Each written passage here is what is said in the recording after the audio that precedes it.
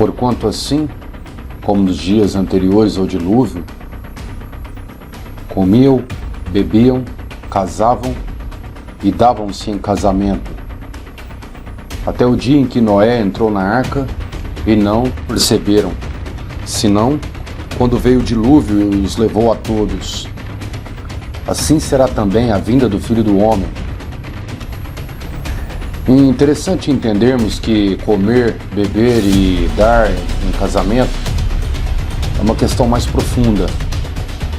As pessoas naquele tempo, bem como nos dias de hoje, tinham comportamentos deploráveis aos olhos do Criador.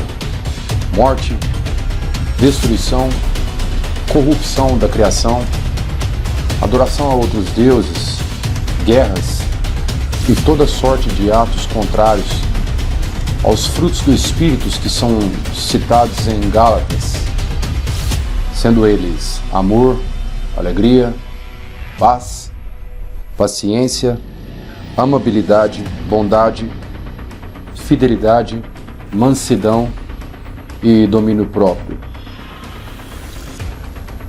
Importante meditarmos no seguinte: a Escritura nos diz que o tempo que precede o retorno do Messias é chamado de tribulação.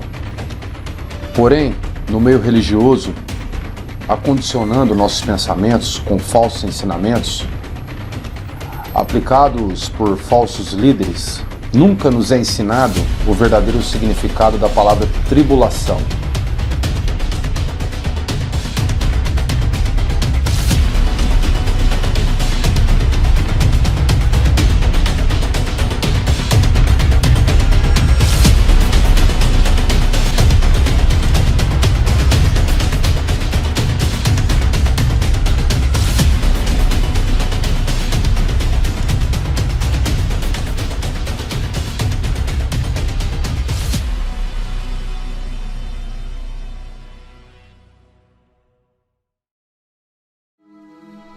A herdade de um homem rico tinha produzido com abundância.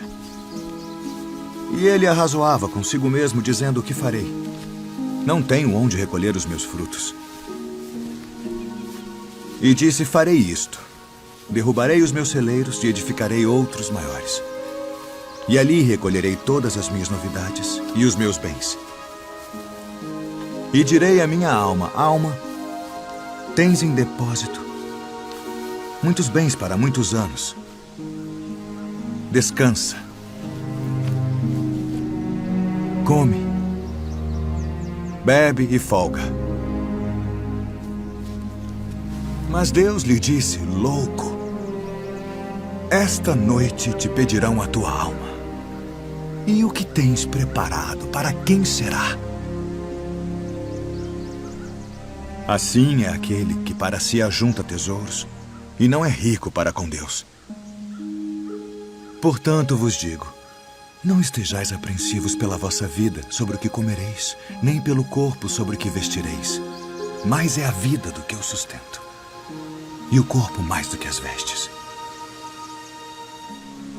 Considerai os corvos, que nem semeiam, nem cegam, nem têm despensa, nem celeiro, e Deus os alimenta. Quanto mais valeis vós do que as aves? E qual de vós, sendo solícito, pode acrescentar um côvado à sua estatura? Pois se nem ainda podeis as coisas mínimas, por que estáis ansiosos pelas outras?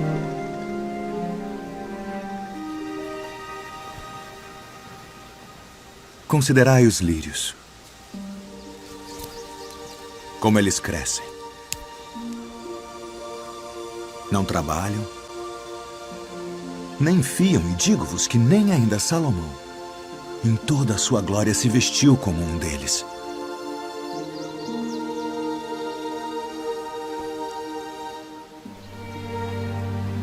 E se Deus assim veste a erva que hoje está no campo e amanhã é lançada no forno, quanto mais a vós, homens de pouca fé. Não pergunteis, pois, que haveis de comer, ou que haveis de beber, e não andeis inquietos. Porque as nações do mundo buscam todas essas coisas, mas vosso Pai sabe que precisais delas. Buscai antes o reino de Deus.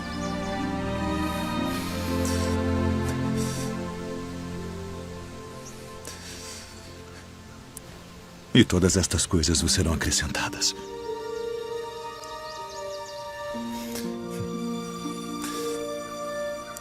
Não temais, ó pequeno rebanho, porque a vosso Pai agradou dar-vos o reino. Vendei o que tendes e dai esmolas. Fazei para vós bolsas que não se envelheçam, tesouro nos céus que nunca acabe, aonde não chega ladrão e a traça não rói. Porque onde estiver o vosso tesouro, ali estará também o vosso coração.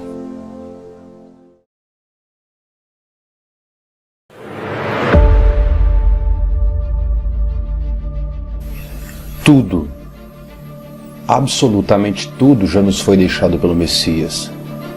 E em várias passagens das Escrituras, sabemos que é ao Criador que devemos nos apegar, em fé e esperança, reconhecendo que Yahushua HaMashiach é o nosso único Senhor e Salvador.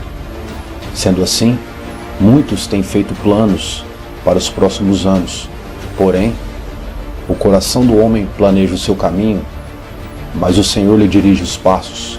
Provérbios 16:9. Alguns planejam ir para as matas, outros para sítios, outros não têm planos e esperam no Senhor. O objetivo não é julgar os planos de ninguém, mas sim trazer a reflexão que aquele que tem ouvidos compreenda essa palavra. Se alguém tem de ir para cativeiro, certamente para cativeiro irá. E se alguém matar a espada, é necessário que pela espada seja morto. Apocalipse 13:9 e 10. Nada temas das coisas que há de preceder.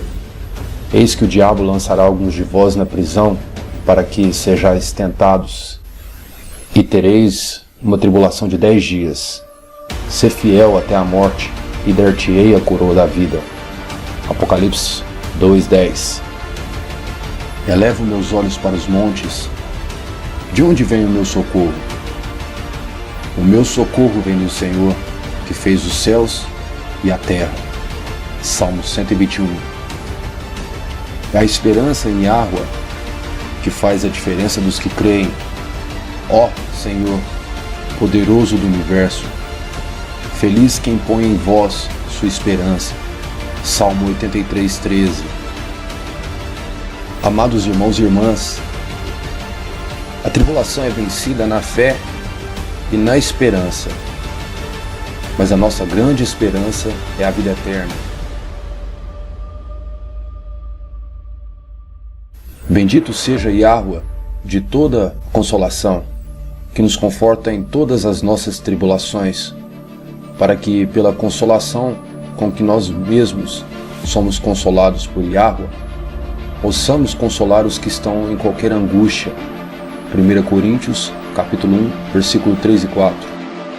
Como poderemos consolar os irmãos, os mais fracos, dizendo aos mesmos que somos fortes, estando escondidos? Dar testemunho de nosso amor ao Messias, mesmo que isso nos custe a vida.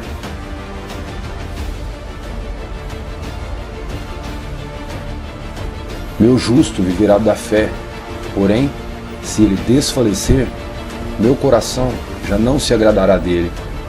Hebreus, capítulo 2, versículo 3. Paulo nos conforta ainda, dizendo: o Deus da paz, em breve não tardará a esmagar Satanás debaixo dos vossos pés. Romanos, capítulo 16, versículo 20. E agora, meus irmãos, guerreiros de Yahweh, revesti-vos de toda a armadura de Yahweh, para que possais estar firmes contra as astutas ciladas do diabo. Porque não temos que lutar contra a carne e o sangue, mas sim contra os principados, contra as potestades, contra os príncipes das trevas deste século, contra as hostes espirituais da maldade nos lugares celestiais. Portanto, tomai toda a armadura de Deus, para que possais resistir no dia mau, e havendo feito tudo, ficar firmes. Estais, pois, firmes, tendo cingido os vossos lombos com a verdade, e vestida a couraça da justiça, e calçados os pés na preparação do evangelho da paz, tomando sobretudo o escudo da fé, com o qual podereis apagar todos os dardos inflamados do maligno. Tomai também o capacete da salvação e a espada do Espírito, que é a palavra de Yahweh, orando em todo o tempo, com toda a oração e súplica no Espírito, e vigiando nisto com toda a perseverança e súplica por todos os santos. Efésios capítulo 6, versículo 11 ao 18. Não se esqueçam, uma batalha só é vencida por guerreiros, e não por covardes. Portanto, fortaleça teu espírito em oração e súplicas a Yahweh.